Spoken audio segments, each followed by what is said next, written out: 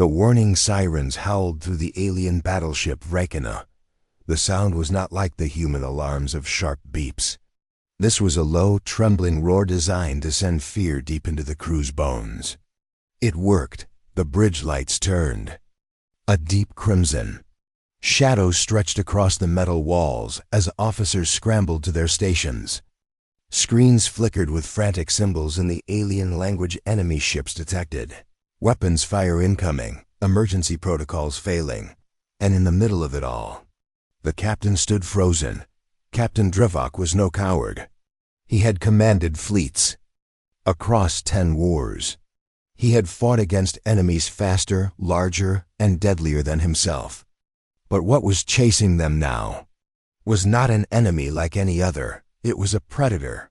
Status report. Drevok barked, his mandibles clattering as he spoke. A young officer turned toward him, her voice trembling. "Sir, it's the humans." Drevok's heart dropped.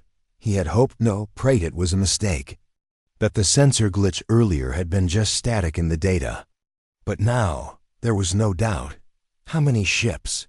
He demanded. The officer hesitated. That was not a good sign. How many? We don't know, sir. They're everywhere. The bridge went silent.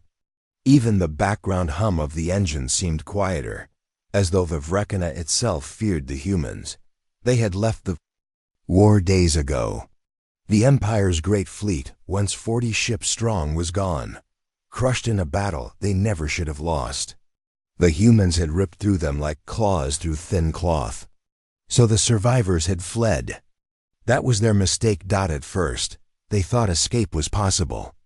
Hyperspace travel was unpredictable, dangerous, and impossible to track. If they could keep jumping far enough, eventually they'd lose their pursuers. But the humans kept finding them. They had jumped 5 times in the last 30 hours.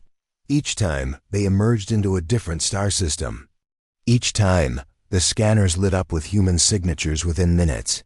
No species in the known galaxy could predict hyperspace exits like that. No species except, apparently, the humans. A deep voice cut through the tension.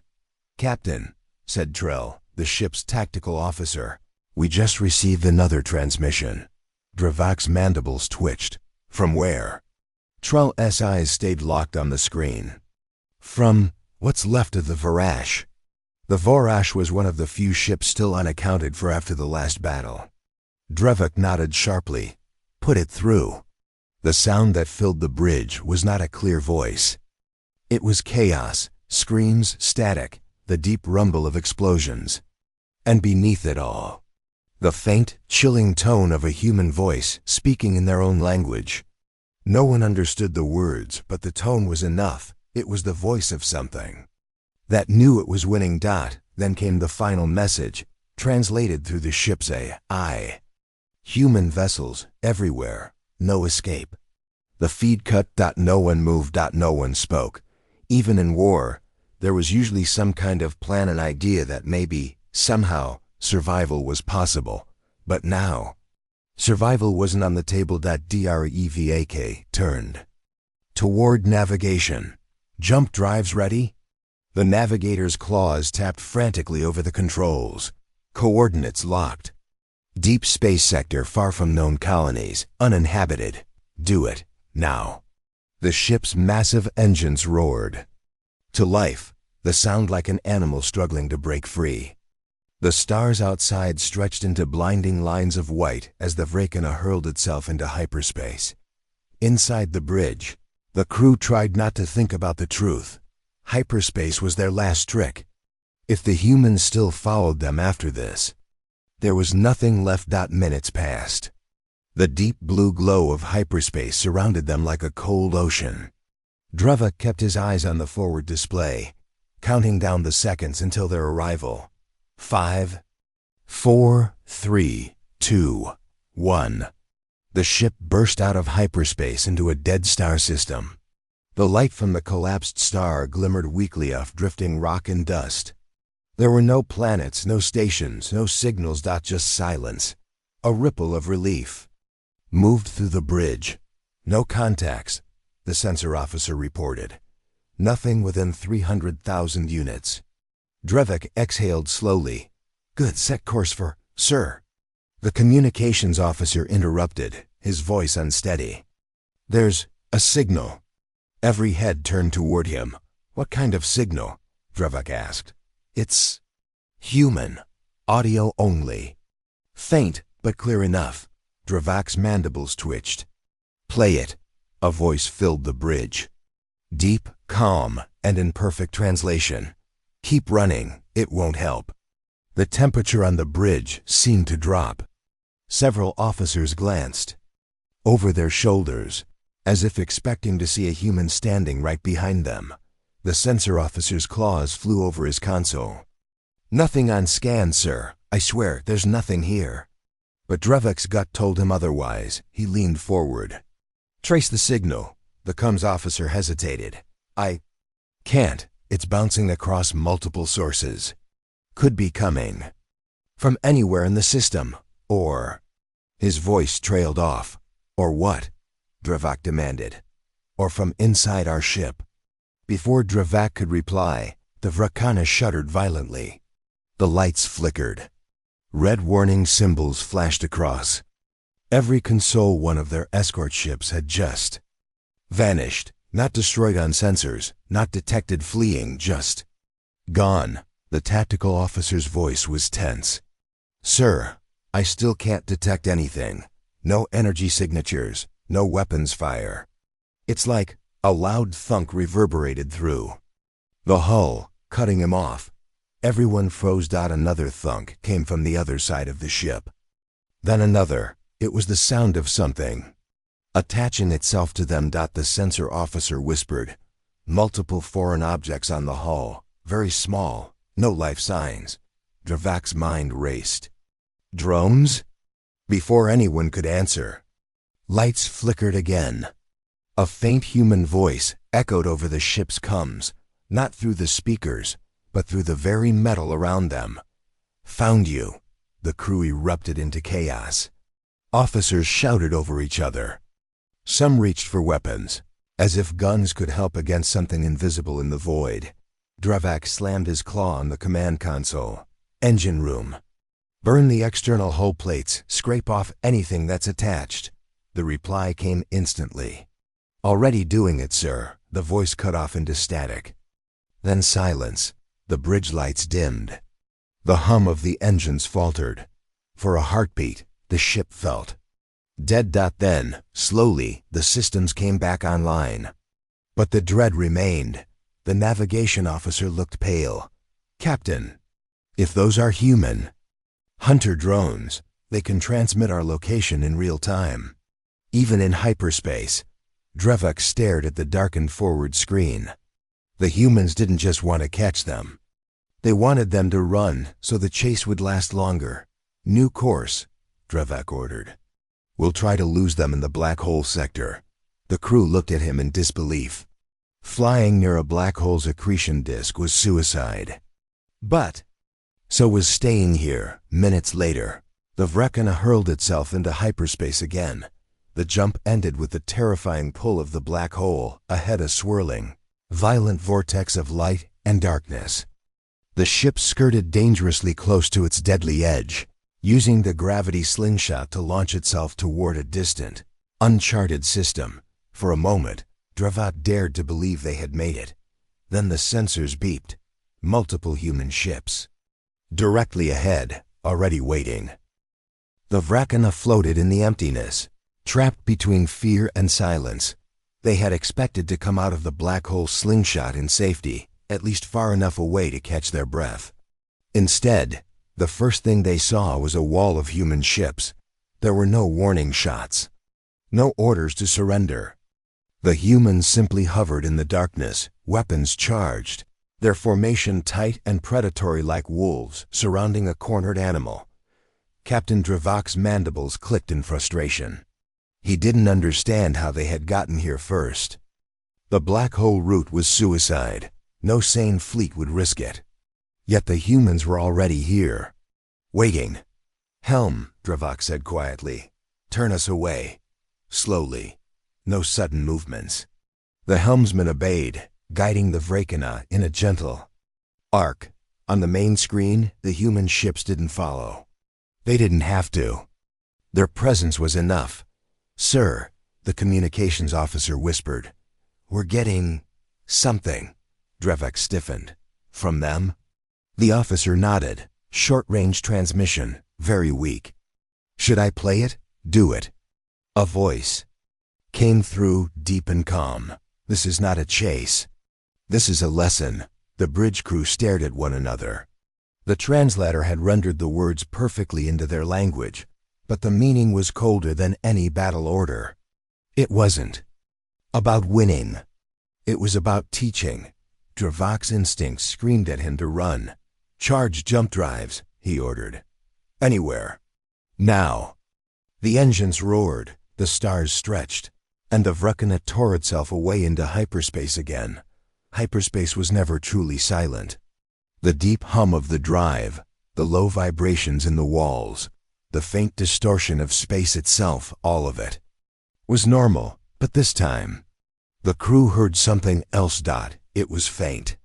So faint, at first they thought it was static. Then the words became clear. "You can't run forever." Every crew member froze at their stations. It was the human voice again coming through their comm system, inside their hyperspace bubble. That should have been impossible. No outside signal could penetrate this far, unless the humans were inside with them. The sensor officer's claws flew over the console. "Captain, I'm detecting microspatial anomalies. Not big enough to be ships, but something is in here with us." Drevek's mandibles tensed. "What kind of something?" "Like small shadows. Moving alongside us. Matching our speed." "Exactly." Drevek didn't like the sound of that. He didn't like the sound of any of this. The jump ended abruptly. The Vrakina dropped into normal space, emerging in the cold dark of an unmarked star system. No planets, no stations. Just a few scattered asteroid belts and the weak glow of a dying sun. The bridge crew held their breath. No human ships appeared. The scanners showed nothing. Finally, the navigation officer spoke. "Sir, we're clear." But Drevek had learned by now that clear didn't mean safe. "Run full scans," he ordered. "Every rock, every shadow." The crew obeyed. The scans stretched across the belts of floating debris. The dying sun painted everything in dull orange light. Nothing moved. Then from deep within the static, a ping echoed on the long-range sensors. "Contact?" Drevek asked. The sensor officer hesitated. "Not exactly. It's faint. Could be a reflection from an asteroid, or something cloaked." Drevek didn't like Orin reports. Narrow the scan. The officer adjusted the readings. The ping repeated slow, steady, almost rhythmic. It wasn't moving toward them. It wasn't moving away. It was just there. The comms officer turned sharply. "Captain, we have another message. This time, it's not in audio." Drevek frowned. "Show me." A string of symbols appeared on the main screen. At first, they meant nothing. Then the ship's MI translated. It was a set of coordinates. The exact coordinates of the Vrakina down to the smallest decimal. Someone out there was telling them, "We know exactly where you are." The tactical officer swore under his breath. "They're not just following us. They're playing with US." Drevek felt his anger rising. But underneath the anger was something worse: fear. This was more than war. This was a hunt. "Plot a course into the asteroid belt," he said. "We'll use it for cover. Full stealth protocols." The ship slid silently into the dense field of rocks. Massive stones drifted slowly in the vacuum, some the size of cities, others no bigger than escape pods. The Vrakina weaved between them, engines low, lights dimmed. For a time there was peace. No voices, no pings. Just the deep, slow silence of space. Then thunk. The sound came from somewhere on the hull. Not an impact. Not a collision, more like something attaching itself. The bridge went still. The sensor officer's voice was tight. "Multiple objects, tiny, all over our hull." The engineering officer's mandibles twitched. "Same as before, hunter drones." Drevik slammed his. "Claw on the cum. Engineering burned them off." A burst of static came back. Then, faintly, "We're trying, sir, but..." The voice cut out. A moment later, the bridge lights flickered. The hum of the engines dipped. The air recycling system gave a low, sickly cough. And then, they heard it again. The human voice. This time, not over the comms. This time, inside the bridge. "We're closer than you think." The crew looked around in panic. The voice hadn't come from the speakers. It had come from everywhere. From the walls, from the floor, from the very air they were breathing. Drevik gritted his teeth. "Navigation, jump us out of here. Now!" The navigator's claws flew over the controls. "Coordinates locked!" The engines roared. The stars stretched into blinding lines again. When they dropped out of hyperspace this time, they didn't arrive in a system.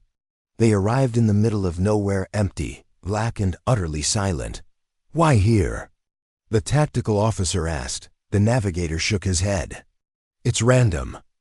"I thought..." He stopped. The sensors lit. Up. One contact. Small. Alone. Ahead. The screen magnified the image. It was a single human frigate. No escorts. No fleet. Just one ship. Sitting there, motionless. Drevik stared at it. Something about this felt wrong. Too easy. Hold position. Scan it. The sensors ran their sweep. No weapon locks. No power spikes. Minimal shields. It's just drifting. The tactical officer frowned. Could be abandoned. Or bait, Drevik thought. The comms officer turned sharply. "Captain, we're receiving an open transmission, visual, on screen." The image appeared. A single human stood there, in full combat armor, helmet on. No expression visible. The voice that came through was the same calm, deep tone they had heard before. "Keep running." The transmission ended. Before anyone could speak, the sensors exploded with new contacts. Not one ship. Not 10, hundreds. They came from every direction, decloaking. Out of the void like ghosts. Silent, perfect, deadly. The frigate had been bait. And they had taken it. The crew of the Vrekina didn't know where to look first. The starfield around them was gone, hidden behind hundreds of human ships. They had appeared out of nothing, their dark hulls blending perfectly with the black of space, until they moved. Now they were everywhere. Each one a silent predator holding position. Captain Drevik gripped the arm of his command chair so hard his claws scraped the metal. His instincts screamed at him to fight, but the tactical display told him the truth. There was no fight to be had. If they fired a single shot, the humans would turn this into a slaughter within seconds. The humans didn't move. They didn't open fire. They just waited. Trell, the tactical officer, broke the silence first. "Sir, no weapons locks detected, no transmissions." The comms officer added, "It's like they're just watching us." Drevik's mandibles twitched in frustration. "They want us to make the first mistake." He knew hunters when he saw them. The humans weren't here to test their weapons. They already knew how to kill an alien warship. No, this was something else, something colder. They were letting the Vrekina stew in fear. The bridge crew whispered to one another in low voices, their eyes flicking to the sensors again and again. The human formation never broke. Not one ship drifted. Not one pilot spoke. It was unnatural. Even disciplined fleets made tiny adjustments in formation. But these ships seemed frozen, like statues in the void. "Sir," the sensor officer said quietly, "I'm detecting anomalies." Drevik's eyes narrowed. What kind of anomalies? The officer's hands moved over the console. Micro-objects. Hundreds of them.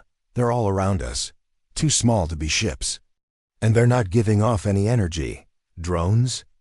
Drevik guessed. The officer shook his head. Not like any I've seen. They're clinging to our hull. I think they've been here for a long time. A shiver went through the bridge. Everyone remembered the first time the thunks had echoed through the hull. The sound of something attaching itself to their ship. But the truth was worse than they imagined. These things had survived multiple hyperspace jumps, deadly gravitational slingshots, and the deep cold of interstellar space. Without being detected, the engineering officer spoke up, voice tight. If they've been attached this long, then they've been transmitting our position every second. Drevek's mandibles clenched. The humans hadn't been tracking them ship to ship. They had been riding with them the entire time. Destroy them, Drevek ordered. The engineering crew responded instantly, activating the external burn systems, high heat plasma vents designed to clean debris off the hull. But instead of the satisfying thud of objects detaching, the ship shook violently. Alarms screamed. "They're cutting through the outer plates," the engineering officer shouted. "We're losing hull integrity in sections 7 through 9.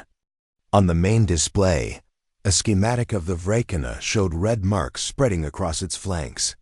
Whatever those micro-machines were, they weren't just trackers. They were burrowing inside. Then the voice came again, not from the comms. Not from any speaker, from everywhere. Too late, it wasn't loud. It didn't have to be.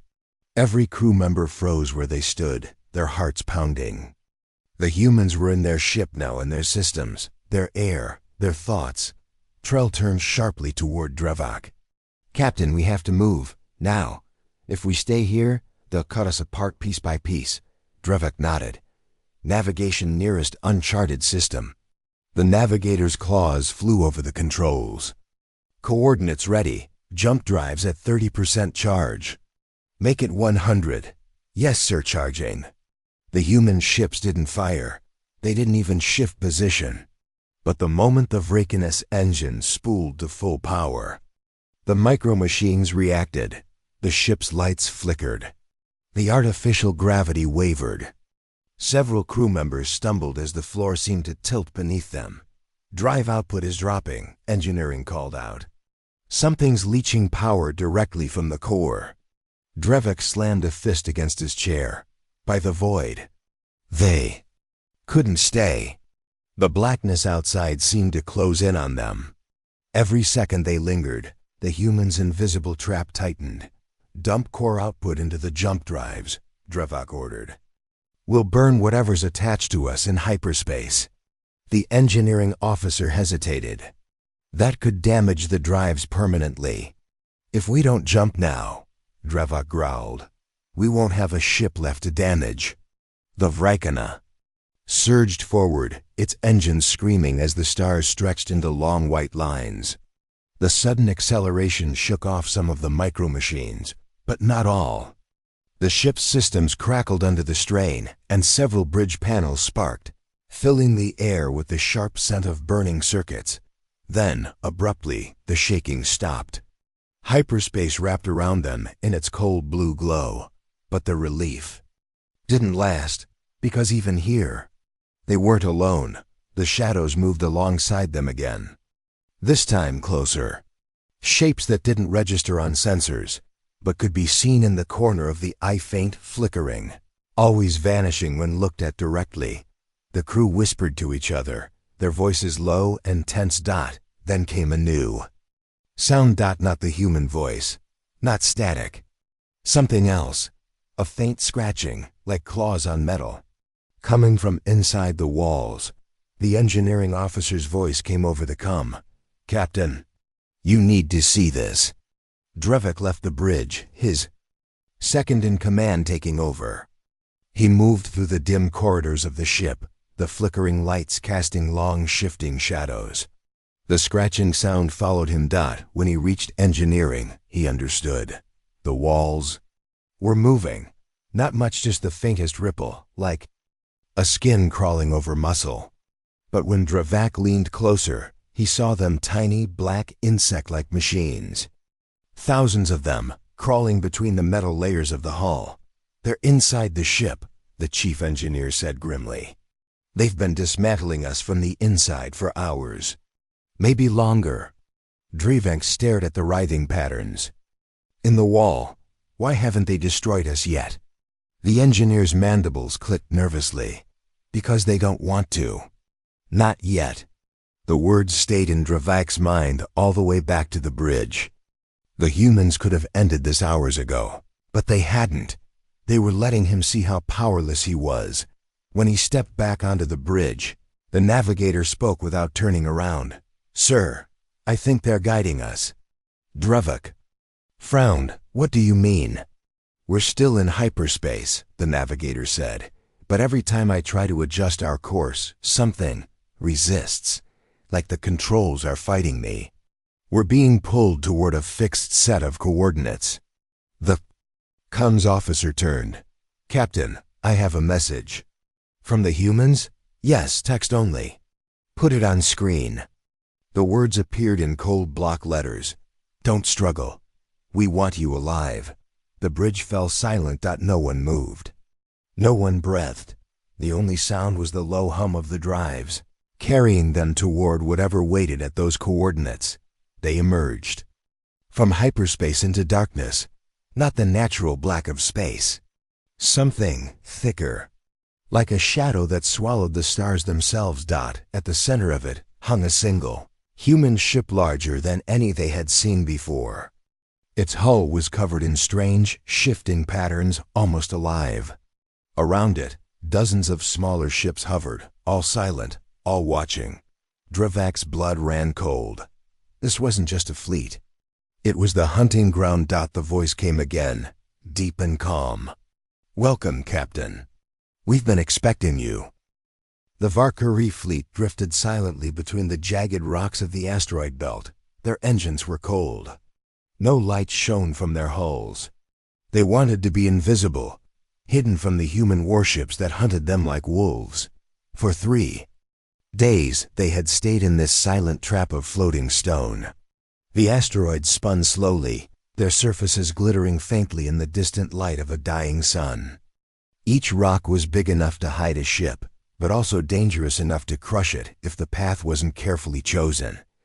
Inside the command ship Valkyrie Pride, Admiral Rether stared at the holographic display.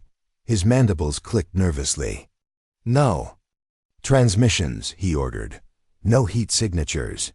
They will not find us here." But deep inside, he knew it was only a matter of time. Humans had a way of finding prey, even when the prey was sure it had vanished. He had seen the reports, fleets that had gone dark, only to be discovered days later by ships that seemed to appear out of nowhere. "They cannot track us in this," his second in command, Commander Tarlok, said, gesturing at the shifting wall of rock around them. "Their scanners will be confused. They will lose us." Rether didn't answer. His black eyes were fixed on a tiny blinking red dot in the corner of the screen, a distress signal from one of their own patrol ships, sent before the humans destroyed it. The last message had been chilling. "They're not chasing. They're already here." Rether had deleted the message from the crew's logs. Fear was already too thick in the air. He couldn't allow panic to grow stronger. The stillness before the strike, the Valkyrie fleet kept still. Days passed without movement. The crews whispered to each other, their voices low, their eyes darting toward the blackness outside the viewports. Food rations were cold. Engines were shut down to avoid detection. Life support systems ran at minimum power, leaving the ships colder than usual. In the mess hall of the Valkyrie Pride, 2 young officers sat across from each other. "They say humans can smell fear through space," one muttered. "That's ridiculous," the other replied, though his voice trembled. "Then why are we hiding? Why not fight?" "Because," the officer's mandibles twitched. "Because those who fought are gone." They ate in silence. Outside, a large asteroid spun slowly past, blocking the faint sunlight. For a moment, the whole fleet was in shadow. First, signs of the hunt in the 4th day. A faint metallic ping echoed through the hull of the Valkyrie Pride. At first, The crew thought it was an asteroid pebble striking the ship's armor. But the sound was too sharp, too deliberate. Rethar's eyes narrowed. Sensors. Quiet scan. Low power. The display lit up with the faint outline of something moving between the rocks. Slow. Careful. It didn't emit any engine heat. What is it? Tarlok whispered. Something. Drifting. One of the sensor officers spoke. It's a drone. Not ours. A small object floated past the Varkari Pride, brushing close enough for the crew to see its black, insect-like body. No lights. No sound. Just a shifting shadow against the asteroid's surface dot, and then it was gone. The web closes over the next hours. More of those shadows were spotted. 1, 2, then 6. Small drones that clung to the sides of asteroids, moving only when the rocks themselves moved. They're mapping us, Rether realized. They know exactly where we are. But how? Tarlok demanded. We've been silent. No transmissions. No heat. They've been here longer than we have, Rether interrupted. His voice was heavy. They waited for us to hide. The Varkari crews began to panic. Some wanted to power up engines and run. Others wanted to fire on the drones. But Rether ordered them to hold. Fire, and they will know we are afraid. Run, and they will chase us into open space. We wait. We prepare. The whisper in the dark that night, though night and day had no meaning here, a strange signal began to echo faintly across the fleet's comms. It was so quiet most thought it was static, but when they listened closely, they heard. Breathing. Slow. Steady. Human breathing. No one admitted to hearing it, but no one could ignore it either. By the next cycle, the breathing had changed. It became a slow tapping sound, like metal fingers on a steel table. The rhythm repeated every few minutes. Crew grew restless. Some swore they saw shapes moving outside the hull, but when others looked, there was nothing. The first strike, the attack, came without warning. A sudden flash lit up the belt, but it wasn't an explosion. It was a blinding burst of light. From somewhere deep in the rocks. The Varkari fleet's sensors overloaded for 3 seconds. 3 seconds was enough. When the light faded, one of their cruisers, Varkari Spear, was gone. No explosion, no debris. Just gone. The remaining ships shouted over comms. Some scanned wildly, some powered weapons. Rether stayed silent, his mind racing. They don't attack to destroy, he muttered. They take. Desperate measures, Rether ordered the fleet to spread out, each ship hiding behind its own asteroid. If they want us, they will have to take us one by one, he said, but it didn't help. 2 hours later, another flash, another cruiser gone. No warning, no trace. The fleet's morale shattered. Crews whispered about ghost ships and hunters in the dark. Some begged for permission to flee. Rether refused. We run, we die faster. We hide, we die slower. But maybe we find a way to strike back. The trap they never saw unknown to the Varkari, the humans had already set a network of magnetic mines and stealth drones that slowly closed around the asteroid belt. Every movement, every vibration, every piece of debris was mapped. The humans weren't chasing. They were waiting for the Varkari to realize they had nowhere left to go. In the shadows of the largest asteroid, a massive black shape clung to the rock, a human warship, silent as death, its weapons ready. Breaking point on the 7th day, the fleet's food was almost gone. Air filters were clogging. The cold was biting into the crew's joints. Rether knew they couldn't stay much longer. He called his officers. We make for the far edge, one push, full power. We break through before they can react. It was a gamble, but staying meant death. The fleet prepared to move, engines warmed, weapons charged. Crews held their breath. The chase begins the instant. The first Varkari engine lit. The asteroid belt came alive. Black shapes detached from the rocks. Drones swarmed forward. Mines ignited. And from the shadows, human warships emerged, silent, cold, and already in firing position. The first blast tore through the rearmost Valkyrie frigates. The rest scattered, weaving between asteroids, but the humans didn't chase. With speed, they chased with precision. Every escape route was already blocked. Every asteroid edge hit a gun. Rethar's realization as the Valkyrie Pride twisted through the rocks. Rether finally understood.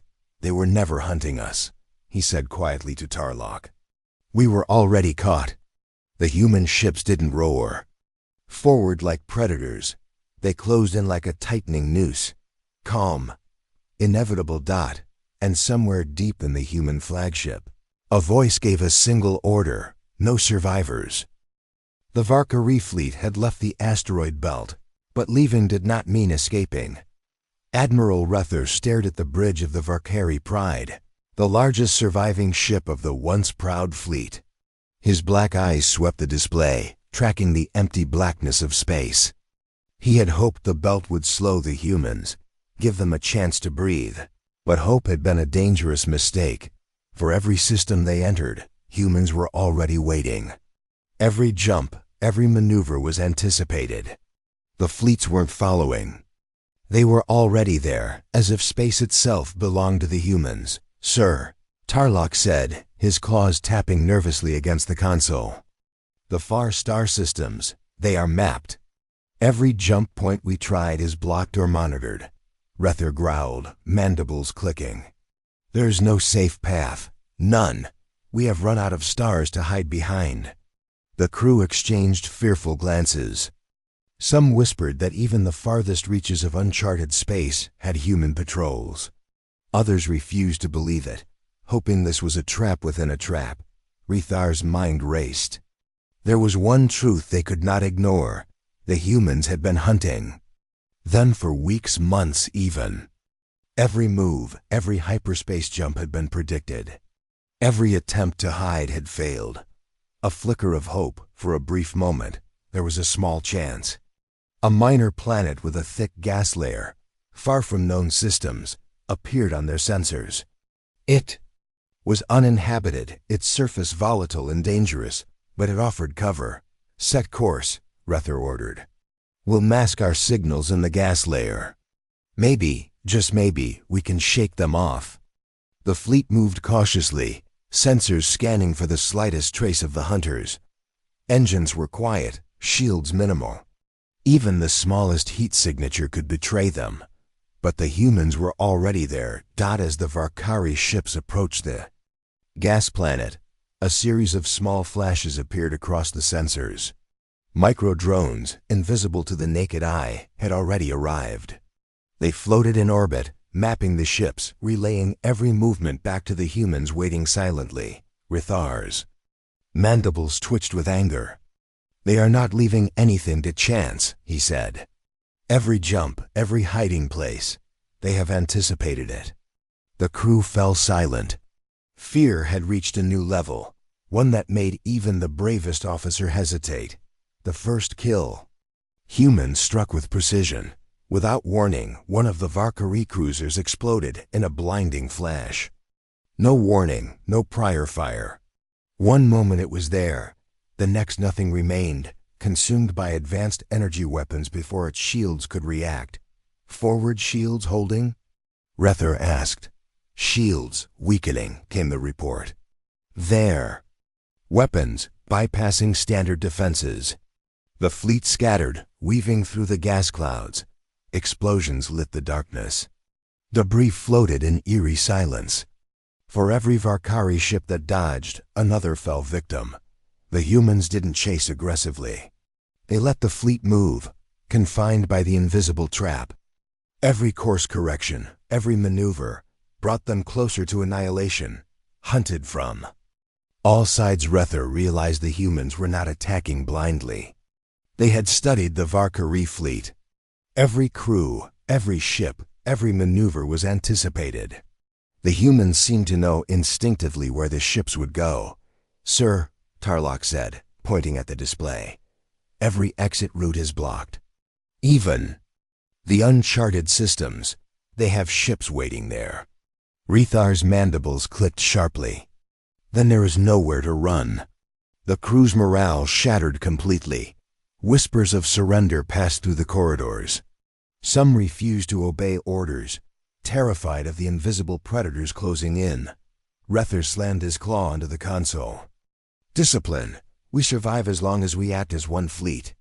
The psychological hunt. The humans were not content to simply destroy ships. They wanted the Varkari to feel hunted. Signals appeared, distorted images, human voices overcomes, taunting. Whispering. You cannot escape. Every jump leads to death. Give up, Admiral. Even though the messages were brief, they spread panic across the fleet. Some officers argued for surrender. Others plotted desperate escapes. Rethar remained silent, grinding his mandibles. The humans were teaching them fear, teaching them helplessness, and it worked. The trap tightens as the fleet moved through the gas planet. The humans activated another phase of their trap. Mines hidden in the thick clouds detonated near the Varkari ships, causing shields to fail and engines to stall. Some smaller cruisers were crushed by the shockwave of multiple explosions. The humans were still not even firing directly. They had no need. The fleet destroyed itself trying to dodge, weaving blindly through a minefield they could not see. On the bridge of the Varkari Pride, Rethar's eyes widened as he saw a smaller human vessel appear directly in their path. It blocked the only viable escape route. Prepare to fire. One officer shouted. Rethar shook his head. No, they don't need to fire. If we push forward, we die anyway. Desperate Majoris, Rethar made a decision. We scatter, he said. Everyone takes a different trajectory. If one ship survives, the species survives. The fleet split. Every cruiser accelerated, hoping to slip through the human nets. But the humans were everywhere. Ships appeared silently at every exit point, forcing the Varkari into a trap of their own making. One by one, the smaller cruisers exploded, leaving only the Varkari Pride and a handful of other large vessels. Rethar's claws trembled as he issued orders. Hyper jump to the uncharted system. Every ship follows. No deviation. The final push, the fleet jumped. Stars stretched into long white streaks as the Varkari ships accelerated into hyperspace. For a brief moment, there was hope, but when they dropped back into normal space, the scene was worse than anything Rethar had feared. Human ships were already waiting. Every exit point from the hyperspace drop zone had been pre-targeted. Hundreds of ships, massive warships, smaller frigates, all perfectly in position. The Varkari fleet was surrounded. Rethar swallowed hard. No escape. Tarlok's voice was low. It was never meant to be an escape. They've been hunting us from the start.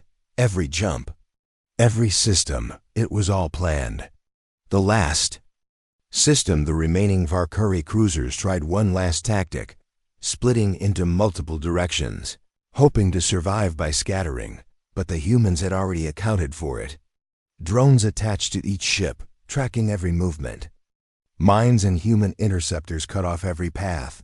Rethar watched helplessly as explosions lit the void. Small ships vanished in blinding light. Shields flared and died. The Varkari Pride shook under the stress, shields barely holding. Some of the remaining crews wanted to surrender, but surrender was no longer an option. Humans did not take prisoners. They had made sure of that. The lesson of fear. The humans did not roar in aggression. They were calm, precise, cold. They wanted the Varkari to understand one truth. The universe belonged to those who were patient, relentless, and unforgiving. Even as explosions tore through the fleet, human voices came over coms, distorted, calm, mocking. You cannot escape. Your empire ends here. Every jump, every hiding place, belongs to us.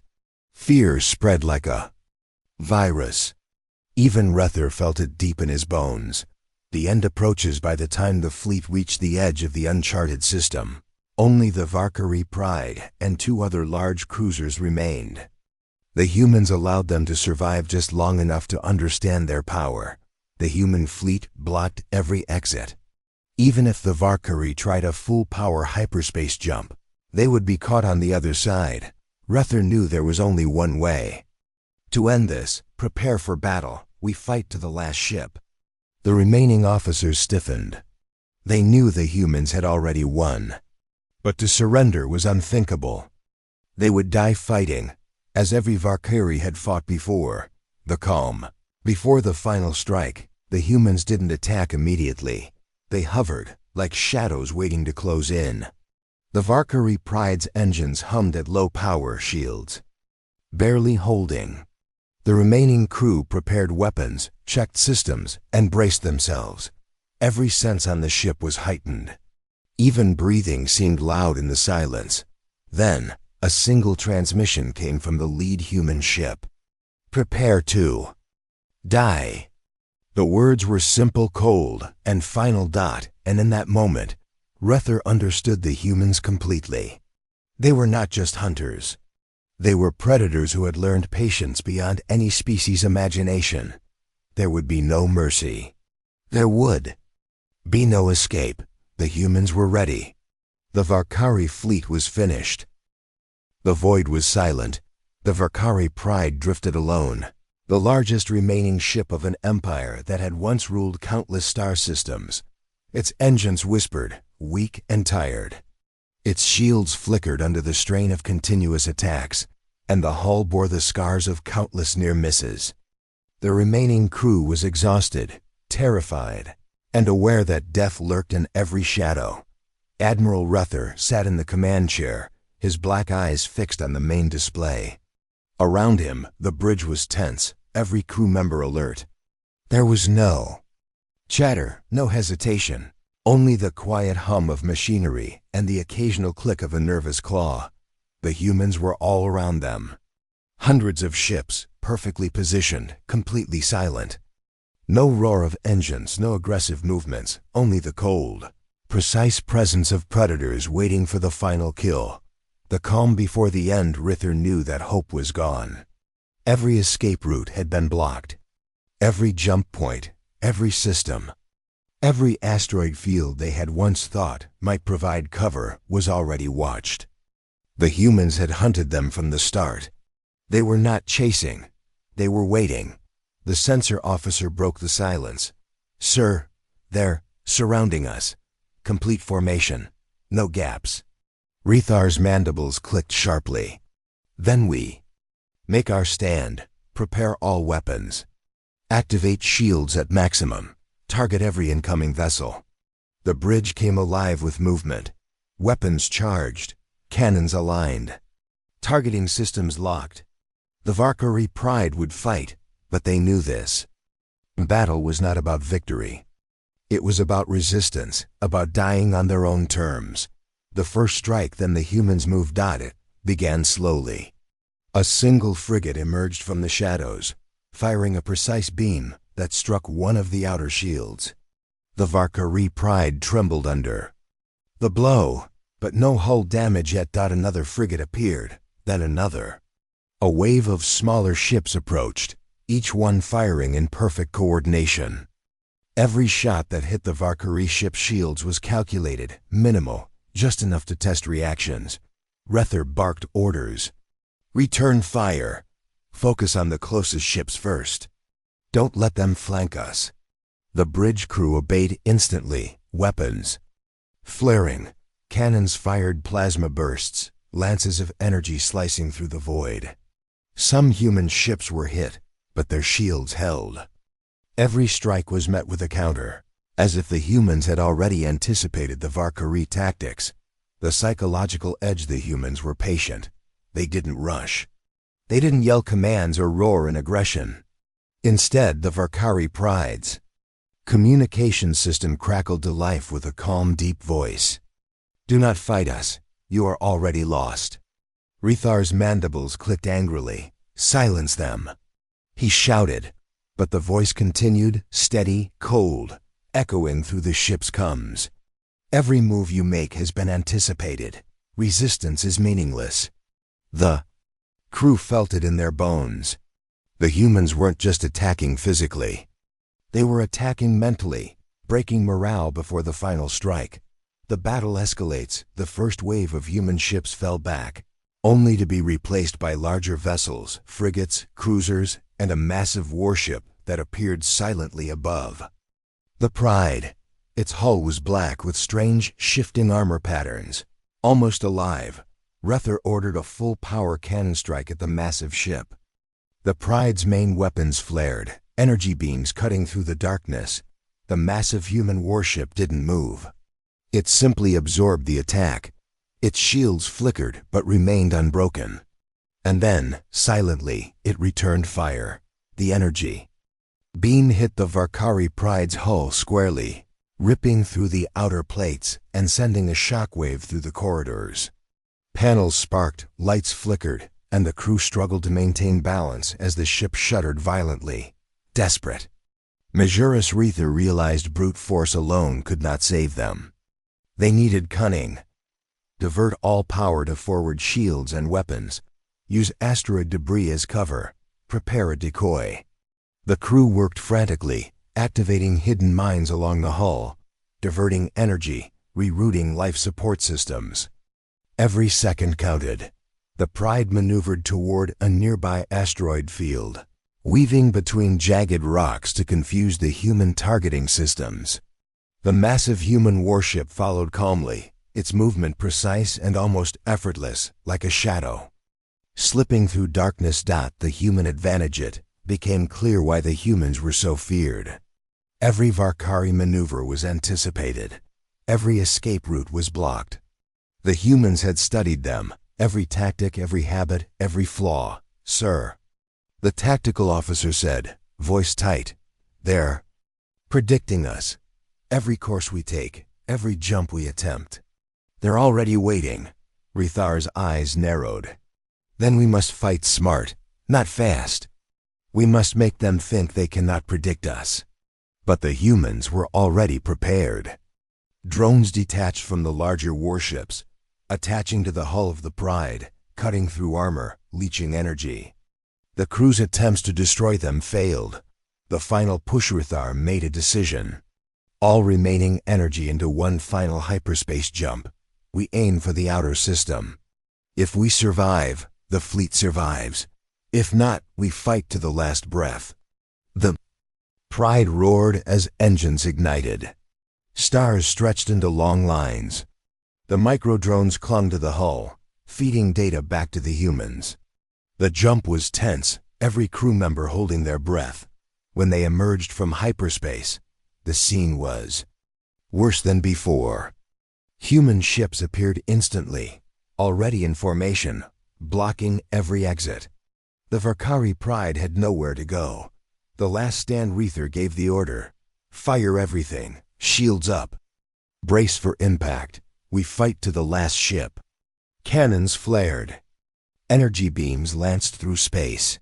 Some human ships were hit and damaged, but the larger warship moved like a ghost, impervious to damage.